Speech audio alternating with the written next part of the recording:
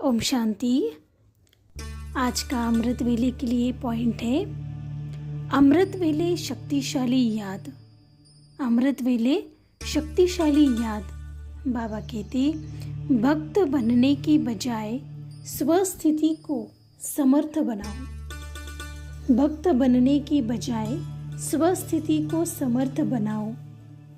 अमृत वेले जब याद में बैठते हो तो बिंदु रूप अथवा फरिश्ता स्वरूप स्थिति में बैठो।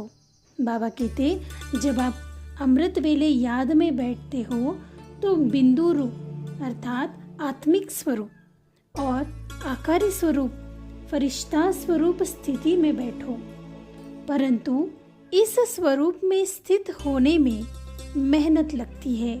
बाबा कहते यह बिंदु स्वरूप और फरिश्ता स्वरूप जो है इस स्थिति में बैठना है, लेकिन इस स्वरूप में स्थित होने में मेहनत लगती है। कारण क्या होता है?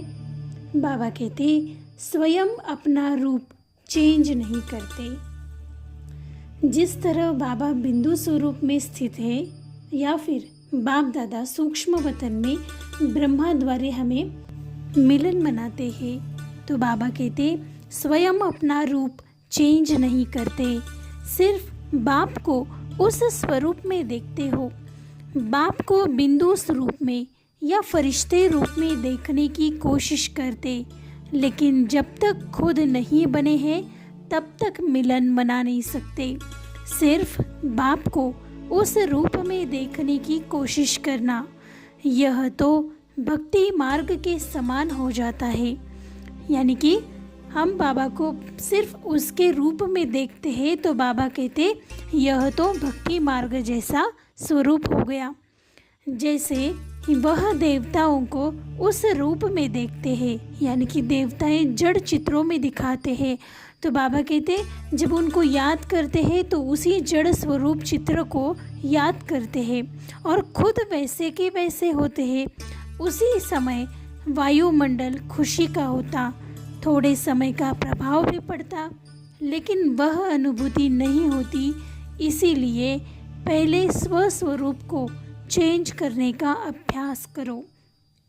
बाबा कहते कि अगर हमारे ऊपर वायुमंडल का प्रभाव पड़ता है, क्योंकि उस समय हम जड़ चित्रों के सामने भी वो भी साकारी रूप में दिखाते हैं और हम भी साकार स्वरूप में है, इसलिए वो ज़्यादा रिलेट हो जाता है। तो बाबा कहते लेकिन वह अनुभूति नहीं होती। इसीलिए पहले अपने स्वस्वरूप को चेंज करने का अभ्यास करो, फिर बहुत पावरफुल स्टेज का अनुभव होगा। दूसरा पॉइंट है स्नेह में बैठो, नियम व हट से नहीं। बाबा कहते जब आप अमृत वेले बैठते हो तो बहुत स्नेह से, प्यार से, दिल से बैठो।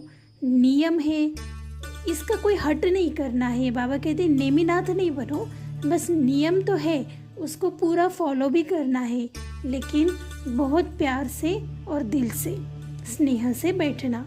तो बाबा कहते बाप से अमृत वेले का मधुर मिलन व रूह रिहान करने के समय कई बच्चे नियम पूर्वक बहुत हट से बैठते हैं, सिर्फ वायदा निभाते हैं, नियम निभाते हैं, लेकिन प्रीत की रीत नहीं निभाते हैं। उस समय बाप दादा के साथ अगर सैर करने निकलो तो चारों तरफ का दृश्य आश्चर्यजनक भी होता है। बाबा कहते हैं जब बाप दादा के साथ चारों तरफ का अगर दृश्य देखा, सैर करने निकले, तो बाबा कहते वह दृश्य बहुत आश्चर्यजनक भी होता है और हर्षित करने वाला होता है। बहुत थोड़ी आत्माएं आकर्षण करने वाली होती है। अगर फिल्म निकालो तो बहुत ही मनोरंजन होगा। उस समय बच्चे बाप को खुश करने के बहुत खेल करते हैं और कई बच्चे भक्त भी बन जाते हैं और वो भी भक्त बड़ा अच्छा खेल करते हैं। कौन सा? बाप को कहने से करने वाला मनुष्य बना देते हैं। भक्ति में ईश्वर को सर्वव्यापी मानते हैं, परंतु ज्ञानी भक्त परमात्मा को मनुष्य आत्मा ही बना देते हैं। अब चेक करो कि इसमें से आपकी स्थिति कौन सी है। अपने आप को ज्ञान रूपी दर्पण में देखकर चेक करो। प्रतिदिन आपको देखो, बाबा कहते प्रतिदिन अपने आप को देखो, पोज और पोजीशन को चेक करो। सभी बच्चे याद और प्यार की मालाएं हर रोज़ बड़े स्नेह की विधि पूर्वक बाप को पहनाते हैं। तो बाबा कहते इसी की कॉपी आज भक्त लोग भी रोज माला ज़रूर पहनाते हैं। जो सच्ची लगन में मगन रहने वाले बच्चे हैं वह अमृत वेले बहुत बढ़िया स्नेह के श्रेष्ठ संकल्पों के रत्नों की मालाएं, रूहानी गुलाब की मालाएं रोज बाप दादा को अवश्य पहनाते हैं।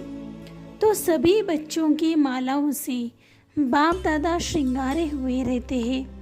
जैसे भक्त लोग भी पहला कार्य अपने इष्ट को माला से सजाने का करते हैं, पुष्प अर्पण करते हैं, ऐसे ज्ञानी तो आत्माएं स्नेही बच्चे बाप दादा को अपने उमंग उत्साह के पुष्प अर्पण करते हैं।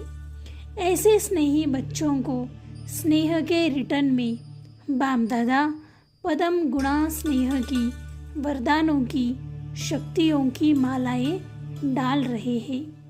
अच्छा, ओम शांति।